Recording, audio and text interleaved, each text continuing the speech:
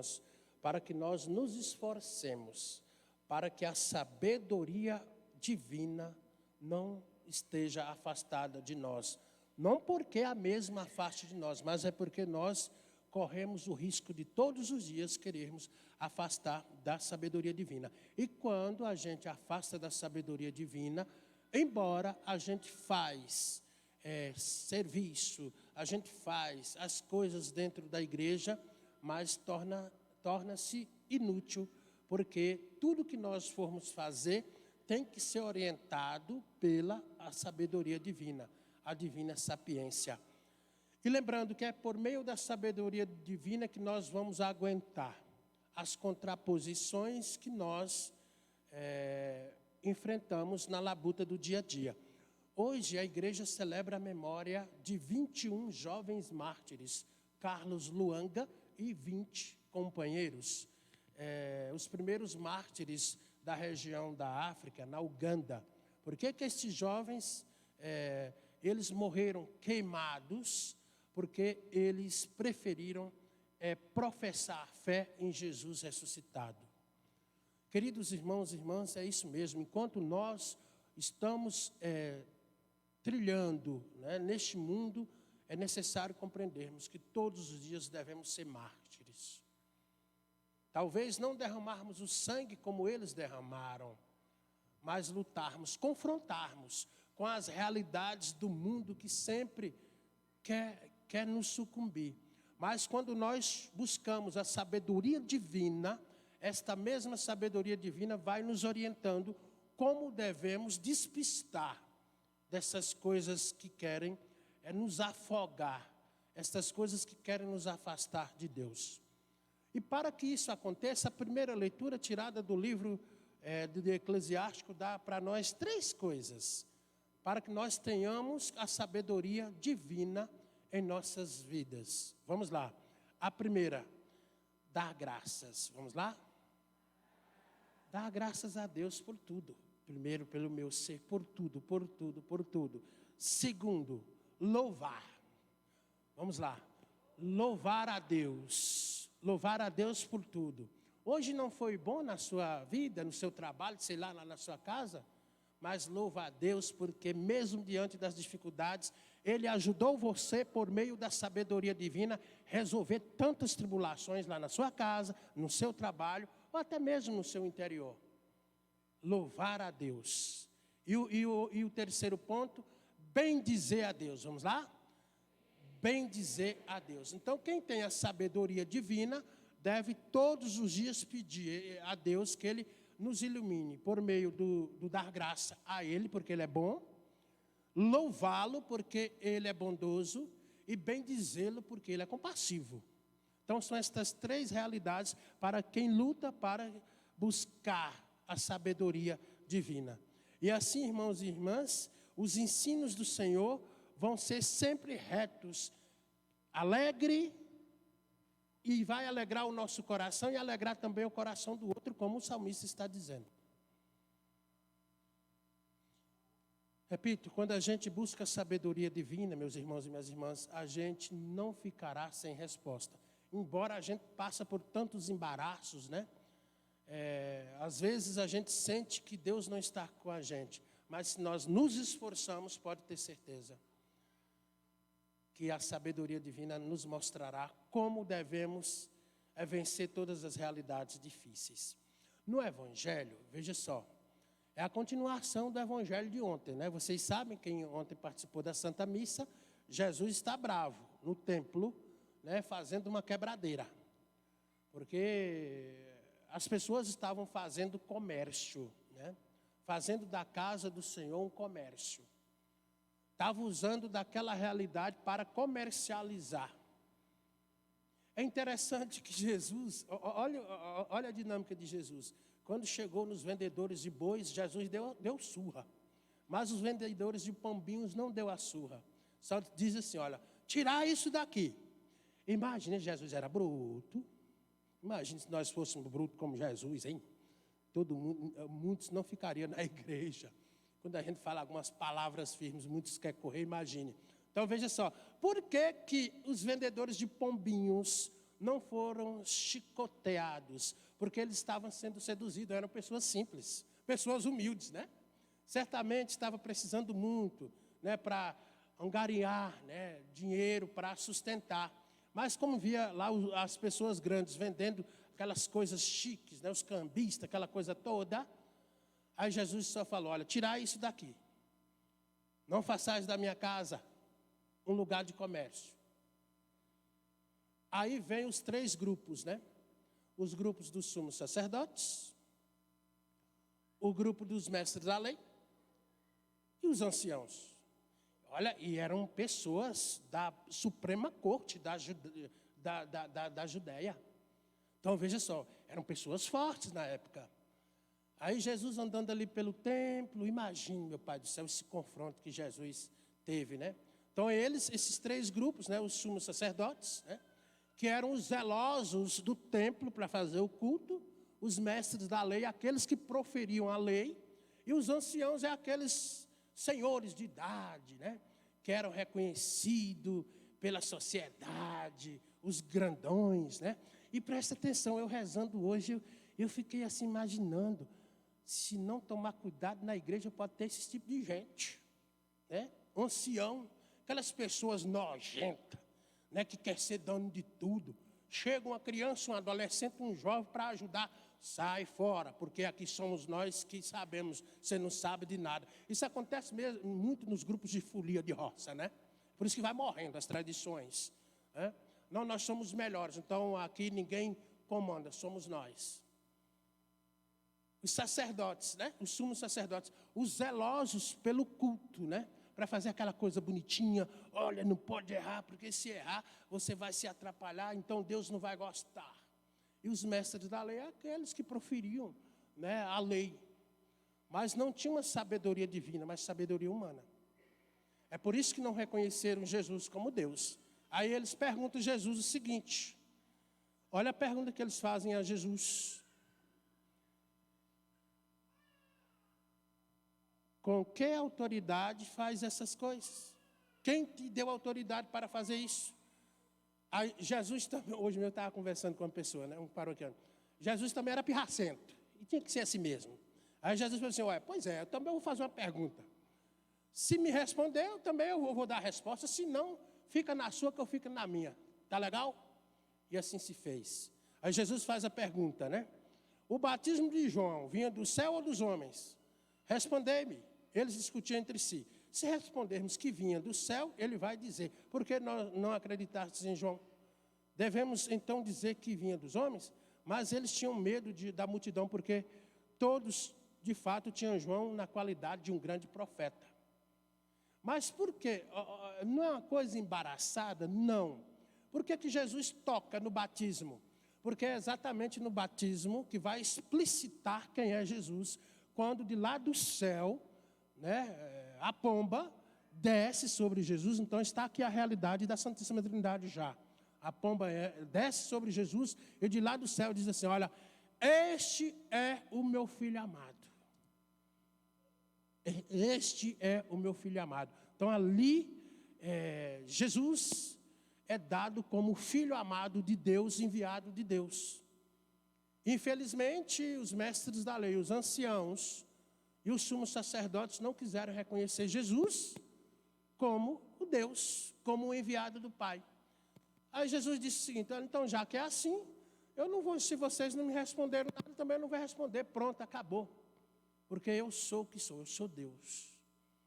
Irmãos e irmãs, é necessário também que nós lutemos, né, na caminhada, para não fazermos coisas bonitas aparentemente, mas façamos tudo com a iluminação da sabedoria divina que vem do Espírito Santo de Deus. E todos nós, cristãos batizados, temos esta capacidade. Não deixemos que o radicalismo, não deixemos que o tradicionalismo roube a essência da espiritualidade que Deus tem para com cada um de nós. E assim, peçamos à Santíssima Trindade que nos ajude, de verdade. Senhor, ajudai-me a compreender que Tu és o Deus. Tu expulsas os demônios em grande autoridade, porque Tu és Deus. Tu, Senhor, expulsas todas as doenças de minha vida porque Tu és Deus. O Senhor tem autoridade porque o Senhor é Deus. Os mestres da lei, os anciãos, os sumos sacerdotes, não viram Jesus como Deus porque eram ignorantes.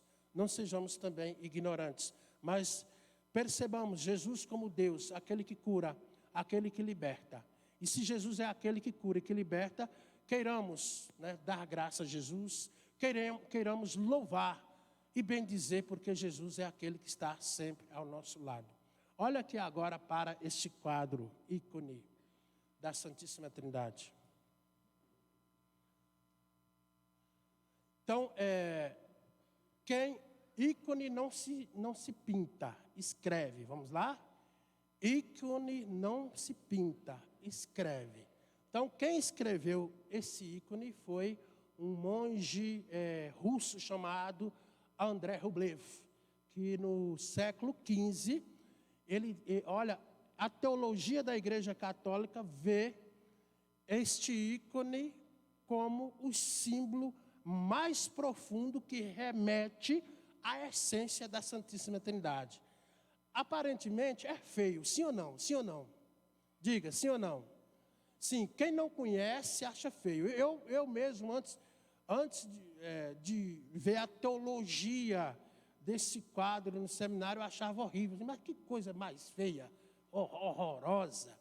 E o iconógrafo, eu acho que os meninos sabem muito bem disso, seminário, o iconógrafo, sempre quando ele vai escrever ícone, ele escreve rezando.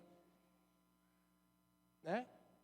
Até um pintor também, se ele estiver atrapalhado, ele estiver com a mente embaraçada, ele não faz as coisas boas.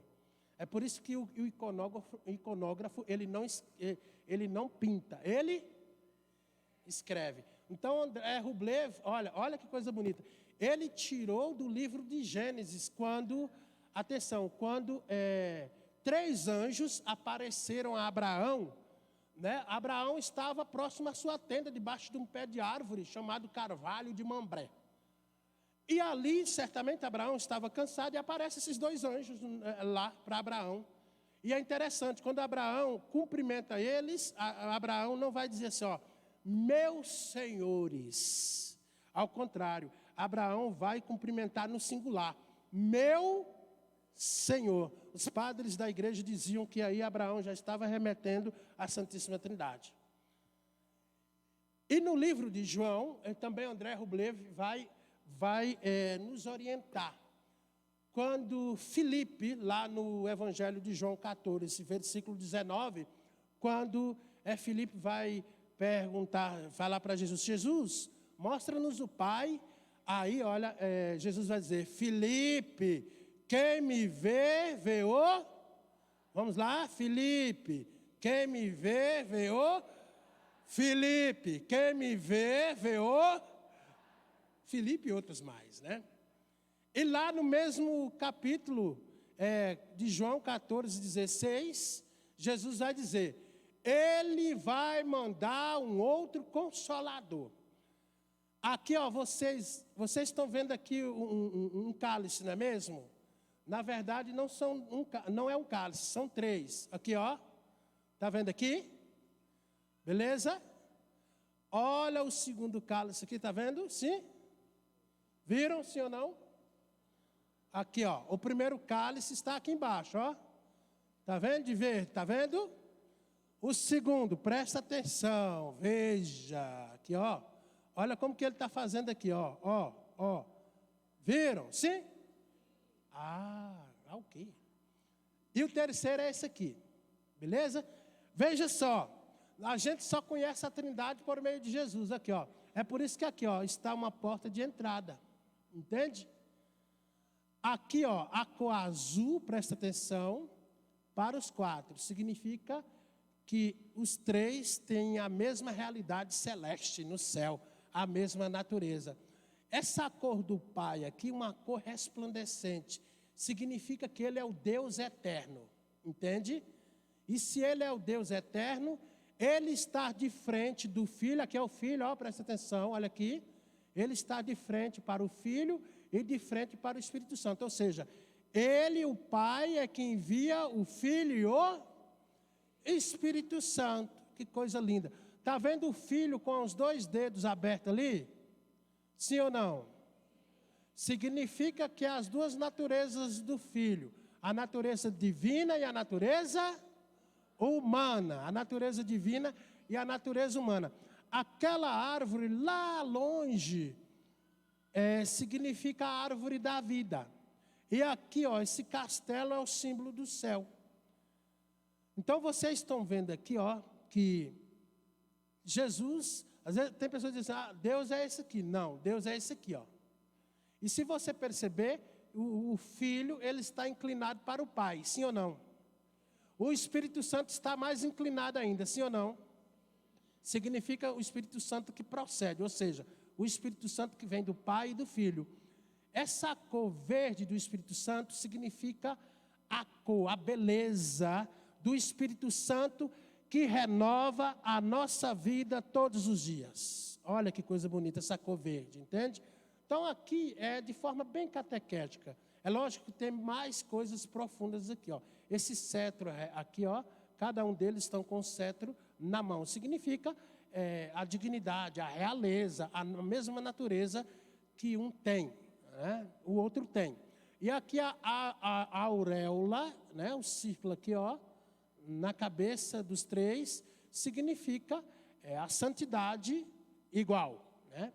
Então, o Pai que nos cria, vamos lá, o Pai que nos cria, ou melhor, o Pai que nos criou, o Filho que nos salvou. Está vendo a estrada aqui, sim ou não? E o Espírito Santo que nos santificou, vamos lá? O Pai que nos salvou, ou melhor, o Pai que nos criou, o Filho que nos salvou e o Espírito Santo que nos santificou. Então, esse Espírito Santo é que renova todos os dias, né? A nossa velhice, né? Porque quem nos envelhece é o pecado. Mas quando a gente abre a ação do Espírito Santo, com certeza a Trindade está sempre presente para nos renovar. Olha aqui, vocês estão vendo aqui que é um altar, não é mesmo? Um altar celebrativo, sim ou não? Olha aqui. Então significa que nesse templo, neste altar, quando acontece a transubstanciação, está presente o Pai, o Filho e o... Como Jesus disse, Filipe, quem me vê, vê o... Ele mandará um consolador. Quem é o consolador? Então, nesse momento, você vai acender esta vela, em honra ao Espírito Santo. Lembrando, você vai fazer o pedido ao Espírito Santo. Lembrando que o Filho e o Pai vão estar presentes também. Então, você agora vai acender sua vela. Você que está com sua vela nas mãos, você vai fazer um momento oracional. Você que não está com sua vela, aí no seu lugar também você vai fazer o seu momento oracional, pedindo à Santíssima Trindade que adentre na sua vida, tá? Repete comigo, qual é a minha relação com a Santíssima Trindade? Mais forte, vamos lá. Qual é a minha relação com a Santíssima Trindade? Olha aqui, ó, para o ícone, vamos lá. Eu sou filho, os homens filhos, as mulheres filhas, tá? Olha lá para o quadro. Eu sou filho, mais forte. Eu sou filho do Pai Criador, irmão do Filho Salvador, que morreu na cruz por mim. E eu sou morada do Espírito Santo, que neste momento eu vou pedir esse Espírito Santo de Deus, que renove o meu ser, para que a Trindade Santa permaneça em mim. Então vem aqui umas 4 pessoas, 2 daqui, acende aqui a vela e vai repassando. Tem que ser bem rápido, tá? Louvado seja nosso Senhor Jesus Cristo. Para sempre seja louvado. A nós Descei divina luz. Isso. A nós descei divina luz. Pode vir mais pessoas, vai passando. Cuidado para não cair. pingo de vela Nossas almas acendem no piso.